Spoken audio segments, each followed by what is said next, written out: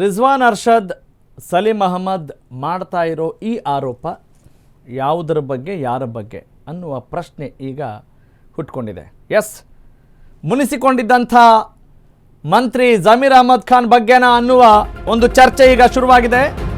I repeat, Rizwan Arshad ಮತ್ತು ಸಲೀಂ ಅಹಮದ್ ಮಾಡ್ತಾ ಇರುವಂಥ ಆರೋಪ ವಸತಿ ಸಚಿವ ಜಮೀರ್ ಅಹಮದ್ ಖಾನ್ ಅವರ ಬಗ್ಗೆನಾ, ಅಸಮಾಧಾನಿತ MLC ಅಬ್ದುಲ್ ಜಬ್ಬಾರ್ ಬಗ್ಗೆನಾ, ಅಥವಾ ಇಬ್ರು ಬಗ್ಗೆನಾ? ಈ ಸ್ಫೋಟಕ ಆರೋಪ ಕಾಂಗ್ರೆಸ್ ಪಾಳೆಯದಲ್ಲಿ ಮಹಾ ಸಂಚಲನವನ್ನ ಉಂಟು ಮಾಡಿರೋದ್ರಲ್ಲಿ ಯಾವ ಅನುಮಾನ ಇಲ್ಲ. ಹೆಸರು ಹೇಳದೇ ಇದ್ರೂ ಕೂಡ ಜಮೀರ್ ಅವರನ್ನ ಪರೋಕ್ಷವಾಗಿ ಉಲ್ಲೇಖಿಸಿದ್ರ. ಮುಸ್ಲಿಮರಿಗೆ ಟಿಕೆಟ್ ಕೊಡಿ ಅಂತ ನಾವು ಹೇಳಿಲ್ಲ. ಮುಂಚೆ ಶಾಮನೂರು ಶಿವಶಂಕರಪ್ಪ ಅವ್ರು ಏನು ಹೇಳಿದ್ರು, ಹೇಳಿಲ್ಲ, ಗೊತ್ತಿಲ್ಲ. ಯಾಕಂತ ಹೇಳಿದ್ರೆ ಯಾವುದಾದ್ರೂ ರೆಕಾರ್ಡ್ ಇದ್ರೆ ತೋರಿಸಿ, ಸಾಕ್ಷಿ ಇದ್ರೆ ತೋರಿಸಿ ಅಂತ ಶಾಮನೂರು ಕುಟುಂಬದವರು ಹೇಳ್ತಾ ಇದ್ದರು. ಈಗ CM ಕಾರ್ಯಕ್ರಮಕ್ಕೂ ಕಾಂಗ್ರೆಸ್ MLC ಗೈರಾಗಿದ್ರು. ಹೀಗಾಗಿ ಸಹಜವಾಗಿ ಅನುಮಾನ ಮೂಡೋದು ಈ ಇಬ್ಬರ ಬಗ್ಗೆ. ಬೈ ಎಲೆಕ್ಷನ್ ಬೆನ್ನಲ್ಲೇ ಬಹಿರಂಗವಾಯ್ತಾ ಕಾಂಗ್ರೆಸ್ನ ಆಂತರಿಕ ಸಂಘರ್ಷ. ರಿಜ್ವಾನ್ ಅರ್ಷದ್ ಮತ್ತು ಸಲೀಂ ಅಹಮದ್ ಅವರ ಈ ಸುದ್ದಿಗೋಷ್ಠಿ ಖಂಡಿತವಾಗ್ಲೂ ಸಂಚಲನ ಮೂಡಿಸಿದೆ. ಈ ಆರೋಪಗಳ ಬಗ್ಗೆ ಸ್ಪಷ್ಟನೆ ಕೊಡ್ತಾರಾ, ಜಾರ್ಕೊಳ್ತಾರಾ ಜಮೀರ್ ಅಹಮದ್ ಗೊತ್ತಿಲ್ಲ. ದಾವಣಗೆರೆ ಉಪಚುನಾವಣೆ ಫಲಿತಾಂಶದ ಮೇಲೆ ಕಾಂಗ್ರೆಸ್ನ ಭವಿಷ್ಯ ಏನಾದರೂ ಸ್ಟ್ಯಾಂಡ್ ಆಗುತ್ತಾ?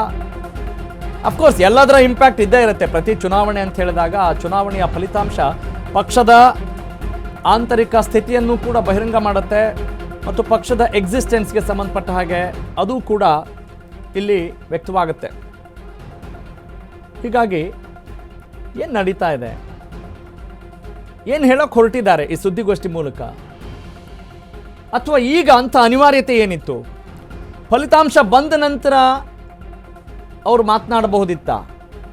ಅಥವಾ ಫಲಿತಾಂಶ ಬರಲೇ ಇರೋದಕ್ಕಿಂತ ಮುಂಚಿತವಾಗಿಯೇ ಇರಲಿ, ಇದನ್ನು ಹೇಳೋ ಅಗತ್ಯ ಏನು? ಇವರ ಆಂತರಿಕ ಸಮಸ್ಯೆ ಆಗಿದ್ದರೆ ಬಹಿರಂಗವಾಗಿ ಯಾಕೆ ಇದನ್ನು ಮಾತನಾಡ್ತಾ ಇದ್ದಾರೆ? ಯಾರಿಗೆ ಯಾವ ಮೆಸೇಜ್ನ ಕೊಡೋಕೆ ಈ ಷಡ್ಯಂತ್ರಗಳು ನಡೀತಾ ಇದ್ದಾವೆ, ಯಾವ ಸ್ಟ್ರಾಟಜಿ ನಡೀತಾ ಇದೆ ಅನ್ನುವ ಪ್ರಶ್ನೆಗಳು ಕೂಡ ಈಗ ಹುಟ್ಕೊಂಡಿದ್ದಾವೆ.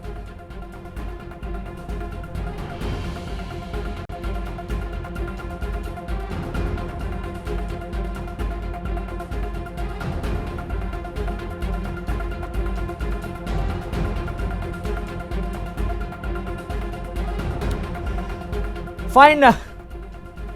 ಈ ಆರೋಪಗಳ ಬಗ್ಗೆ, ಇವರ ಮಾತಿನ ಮರ್ಮದ ಬಗ್ಗೆ ಮತ್ತಷ್ಟು ಸ್ಪಷ್ಟನೆ ನಮ್ಮ ವೀಕ್ಷಕರಿಗೆ ತಿಳಿಸಿಕೊಡೋ ನಿಟ್ಟಿನಲ್ಲಿ ಅಶ್ವವೇಗ ನ್ಯೂಸ್ ರಿಜ್ವಾನ್ ಅರ್ಷದ್ ಅವ್ರಿಗೂ ಕೂಡ ಕರೆ ಮಾಡ್ತು ಮತ್ತು ಸಲೀಂ ಅಹಮದ್ ಅವರನ್ನು ಕೂಡ ಸಂಪರ್ಕಿಸೋ ಪ್ರಯತ್ನವನ್ನು ನಮ್ಮ ಟೀಮ್ ಮಾಡ್ತಾ ಇದೆ. ಆದರೆ ಇದೀಗ ಬಂದಿರುವಂಥ ಅವರ ರಿಪ್ಲೈ ಏನು ಅಂತ ಹೇಳಿದ್ರೆ, ಇವತ್ತು ಶುಕ್ರವಾರ, ನಾವು ನಮಾಜ್ಗೆ ಹೋಗ್ತಾ ಇದ್ದೀವಿ, ಸದ್ಯಕ್ಕೆ ಈಗ ಮಾತನಾಡಲಿಕ್ಕೆ ಸಾಧ್ಯ ಇಲ್ಲ ಅನ್ನುವ ಒಂದು ಸರಳವಾಗಿ ಡೀಸೆಂಟಾಗಿ ಅವರು ಒಂದು ರಿಪ್ಲೈ ಮಾಡಿದ್ದಾರೆ. ಇದು ದ ಲೇಟೆಸ್ಟ್ ಅಪ್ಡೇಟ್.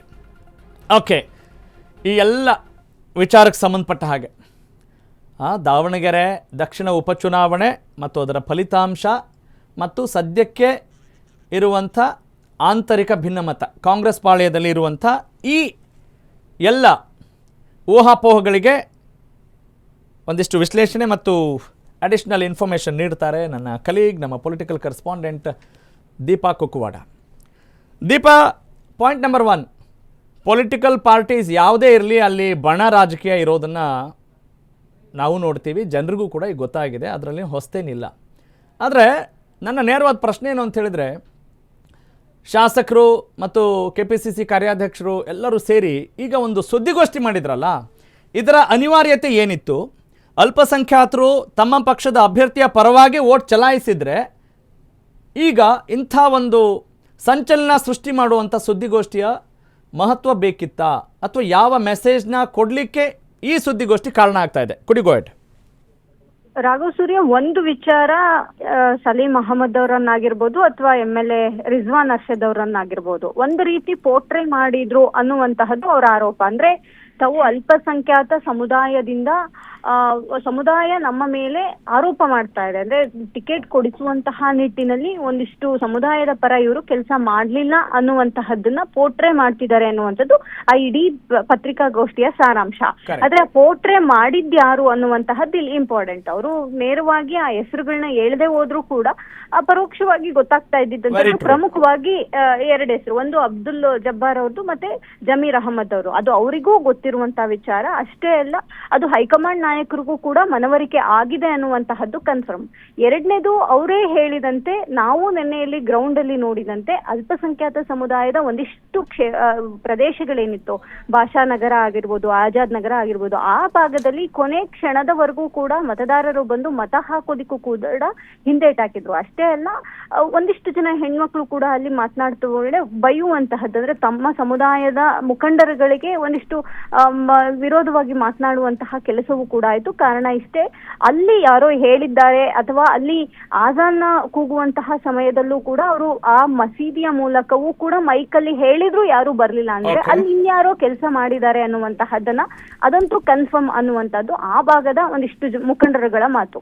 ಇದರ ನಡುವೆ ಈ ಒಂದು ಸಮುದಾಯದ ವಿರುದ್ಧ ಇದ್ದೇವೆ ಅನ್ನುವಂತಹದನ್ನ ಪೋಟ್ರೆ ಮಾಡ್ತಿದ್ದಾರೆ ಅನ್ನುವಂತಹದನ್ನ ಅವರಿಲ್ಲಿ ಸ್ಪಷ್ಟೀಕರಣವನ್ನ ಕೊಡ್ಲೇಬೇಕಿತ್ತು. ಯಾಕಂದ್ರೆ ಮುಂಬರುವಂತಹ ಚುನಾವಣೆಗಳಲ್ಲಿ ಇವರೆಲ್ಲರೂ ಕೂಡ ಸರ್ವೈವ್ ಆಗ್ಬೇಕು ಅಂದ್ರೆ ಪಕ್ಷ ಎಷ್ಟು ಇಂಪಾರ್ಟೆಂಟು, ಜೊತೆಗೆ ಸಮುದಾಯವೂ ಕೂಡ ಅಷ್ಟೇ ಇಂಪಾರ್ಟೆಂಟ್ ಆಗಿರುತ್ತೆ. ಹಾಗಾಗಿಯೇ ತಮ್ಮದಿದ್ರಲ್ಲಿ ಏನೂ ತಪ್ಪಿಲ್ಲ, ಹೈಕಮಾಂಡ್ ನಾಯಕರು ಹೇಳಿದಂತೆ ನಾವು ಕೇಳಿದ್ದೇವೆ ಅಷ್ಟೇ ಅನ್ನುವಂತಹದನ್ನ ಸಮುದಾಯಕ್ಕೆ ಒಂದು ಸ್ಪಷ್ಟ ಸಂದೇಶವನ್ನ ಕೊಡ್ಬೇಕಾಗಿದೆ. ಇದರ ಅನಿವಾರ್ಯತೆ ಈಗ ಏನಿತ್ತು ಅಂದ್ರೆ ಕಾಂಗ್ರೆಸ್ ಅಭ್ಯರ್ಥಿ ಫಲಿತಾಂಶದ ಬಗ್ಗೆ ಇವ್ರಿಗೇನಾದರೂ ಸುಳಿವು ಸಿಕ್ಕಿದೆಯಾ, ಅಥವಾ ಹಾಗೇನಿಲ್ಲ ನಮ್ಮ ಅಲ್ಪಸಂಖ್ಯಾತರು ಕಾಂಗ್ರೆಸ್ ಪರವಾಗಿ ವೋಟ್ ಮಾಡಿದ್ದಾರೆ ಅಂತ ಹೇಳೋ ಮಾತು ನಿಜಕ್ಕೂ ಬರೀ ನೇಮ್ ಸೇಕಿಗೆ ಹೇಳ್ತಾ ಇದ್ದಾರಾ, ಅಥವಾ ನಿಜಕ್ಕೂ ಆಂತರಿಕ ದುಗುಡ ಏನಾದರೂ ಇದೆಯಾ ಸದ್ಯದ ಕಾಂಗ್ರೆಸ್ ಪಾಳ್ಯದಲ್ಲಿ? ಸರಿ, ಎರಡು ವಿಚಾರವನ್ನ ನಾವಿಲ್ಲಿ ನೋಡ್ಬೇಕಾಗುತ್ತೆ. ಒಂದು, ಅವರು ಈಗ ಬಂದು ಹೇಳ್ತಾ ಇರುವಂತಹ ಮಾತು ಯಾಕೆ ಅಂದ್ರೆ ಚುನಾವಣೆ ಪೂರ್ವದಲ್ಲಿ ಏನಾದ್ರು, ಅಂದ್ರೆ ಮತದಾನದ ಪೂರ್ವದಲ್ಲಿ ಏನಾದ್ರು ಹೇಳಿದ್ದೇ ನಿಜವಾದಲ್ಲಿ ಅದು ಎಫೆಕ್ಟ್ ಆಗುತ್ತೆ ಮತ ಹಾಕುವಂತವರ ಮೇಲೆ ಅನ್ನುವಂಥದ್ದು ಕೂಡ ಇದೆ. ಯಾಕಂದ್ರೆ ಸಮುದಾಯದಲ್ಲೇ ಸರಿಯಾದ ರೀತಿಯಾದಂತಹ ಕೋಆರ್ಡಿನೇಷನ್ ಇಲ್ಲ ಅನ್ನುವಂಥದ್ದನ್ನ ಮತ್ತೆ ಬಿಜೆಪಿ ತನ್ನ ತಂತ್ರಗಾರಿಕೆಗೆ ಬಳಸ್ಕೊಳ್ಳುತ್ತೆ ಅನ್ನುವಂತಹದ್ದು ಒಂದು. ಎರಡನೇದು, ಸಮುದಾಯ ನಾವು ಸಮುದಾಯದ ವಿರುದ್ಧ ಇಲ್ಲ ಅನ್ನುವಂತಹದನ್ನ ಅವರು ಈಗಲೇ ಸ್ಪಷ್ಟಪಡಿಸ್ಕೊಳ್ದೆ ರಿಸಲ್ಟ್ ಬಂದ್ಮೇಲೆ ಸ್ಪಷ್ಟಪಡಿಸ್ಕೊಂಡ್ರೆ ಅದು ಸಮುದಾಯಕ್ಕೂ ಕೂಡ ದೊಡ್ಡ ಮಟ್ಟಿನಲ್ಲಿ ಸಮುದಾಯ ನಮ್ಮ ವಿರುದ್ಧ ಇಲ್ಲ ಅನ್ನುವಂತಹದ್ದನ್ನ ತಾವು ಹೇಳ್ಕೊಳ್ಳೋದಿಕ್ಕೆ ಸಮಯವನ್ನೇ ಕೊಡದೆ ಇರುವಂತಹದ್ದಾಗುತ್ತೆ. ಹಾಗಾಗಿ ಅವ್ರಿಗೆ ಈ ಸುದ್ದಿಗೋಷ್ಠಿ, ಅದು ಮತದಾನ ಮುಗಿದ ನೆಕ್ಸ್ಟ್ ಡೇನೆ ಅವ್ರು ಬಂದು ಮಾಡುವಂತಹ ಸುದ್ದಿಗೋಷ್ಠಿ ಅವರಿಗೆ ಅನಿವಾರ್ಯ ಇತ್ತು. ಹಾಗಾಗಿ ಆ ಇಬ್ಬರು ನಾಯಕರೇ ಮಾತನಾಡಿದ್ರೆ ಹೊರತು ಬೇರೆ ಯಾರು ಕೂಡ ಮಾತನಾಡಿಲ್ಲ. ಹಾಗಾಗಿ ಸಮುದಾಯದ ಪರ ನಾವಿದ್ದೇವೆ ಅನ್ನುವಂತಹ ಸ್ಪಷ್ಟ ಸಂದೇಶವನ್ನ ತಮ್ಮ ಮೂಲಕ ಅವರು ಇವತ್ತು ಕೊಟ್ಟಿರೋದು ನಿಜ. Thank you Deepa.